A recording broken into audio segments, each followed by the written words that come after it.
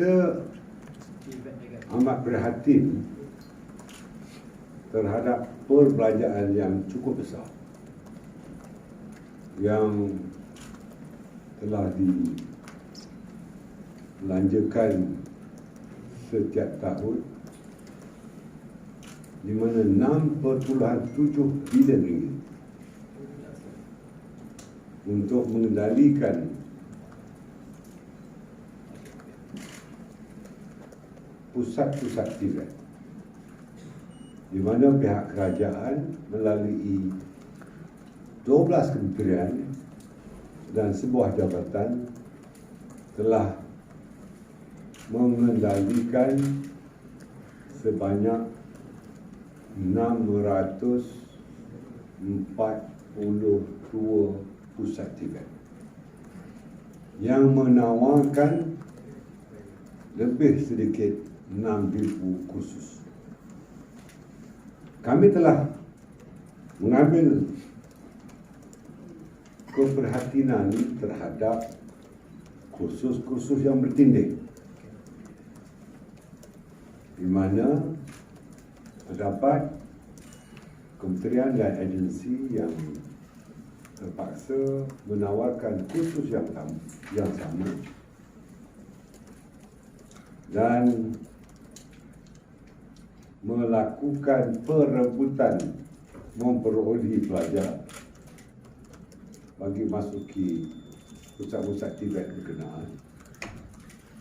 Di samping itu, terdapat pusat TVET yang melahirkan lepasan pelajarnya, di mana kebolehpasaran berada di tahap yang rendah. Untuk itu, mesyuarat hari ini telah mengambil beberapa keputusan untuk way forward. Satu, kita mewujudkan sekretariat tetap bagi menyelaraskan pertindihan yang berlaku dengan turut menterlibatkan pihak swasta yang menjadi industri players untuk menjalin smart partnership dengan pusat-pusat TVET yang bersesuaian dengan industri berkenaan. Maka kita akan minta supaya industri players itu dapat memberikan training atau latihan kepada pensyarah-pensyarah dan tenaga kerja yang ada di pusat TVET itu supaya bersesuaian dengan kemahiran yang diperlukan dalam industri itu. Di samping itu, kita juga mahu supaya pihak swasta itu memberikan peralatan dan perkakasan yang sesuai untuk pengajaran.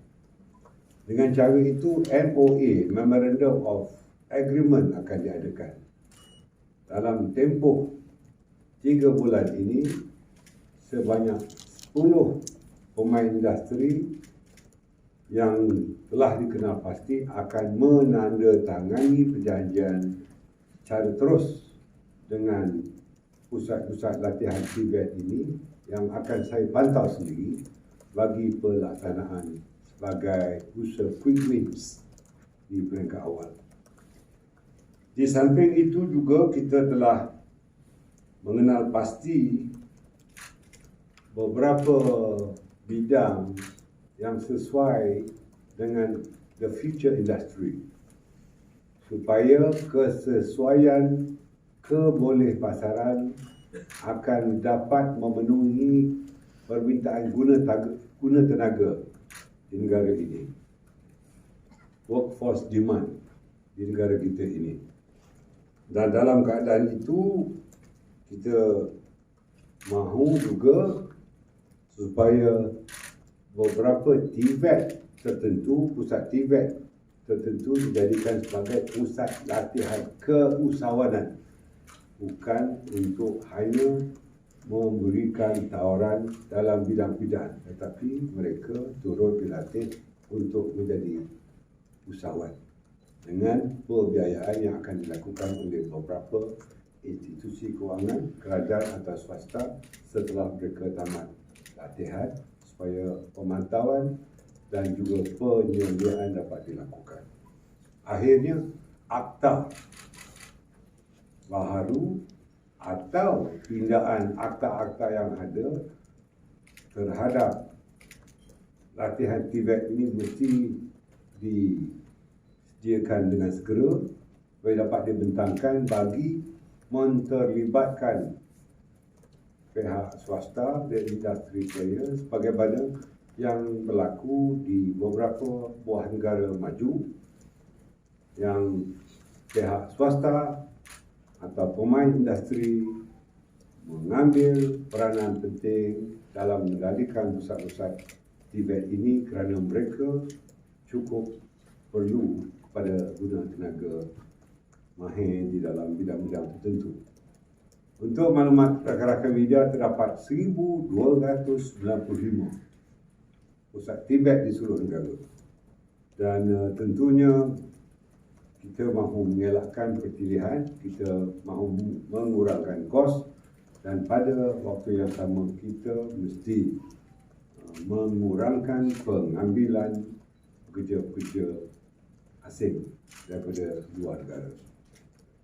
Dan saya akan membentangkan dapatan daripada mesyuarat tadi kepada Kabinet dalam waktu terdekat supaya Kabinet boleh menerima saranan-saranan yang telah saya sebutkan tadi untuk pelaksanaan.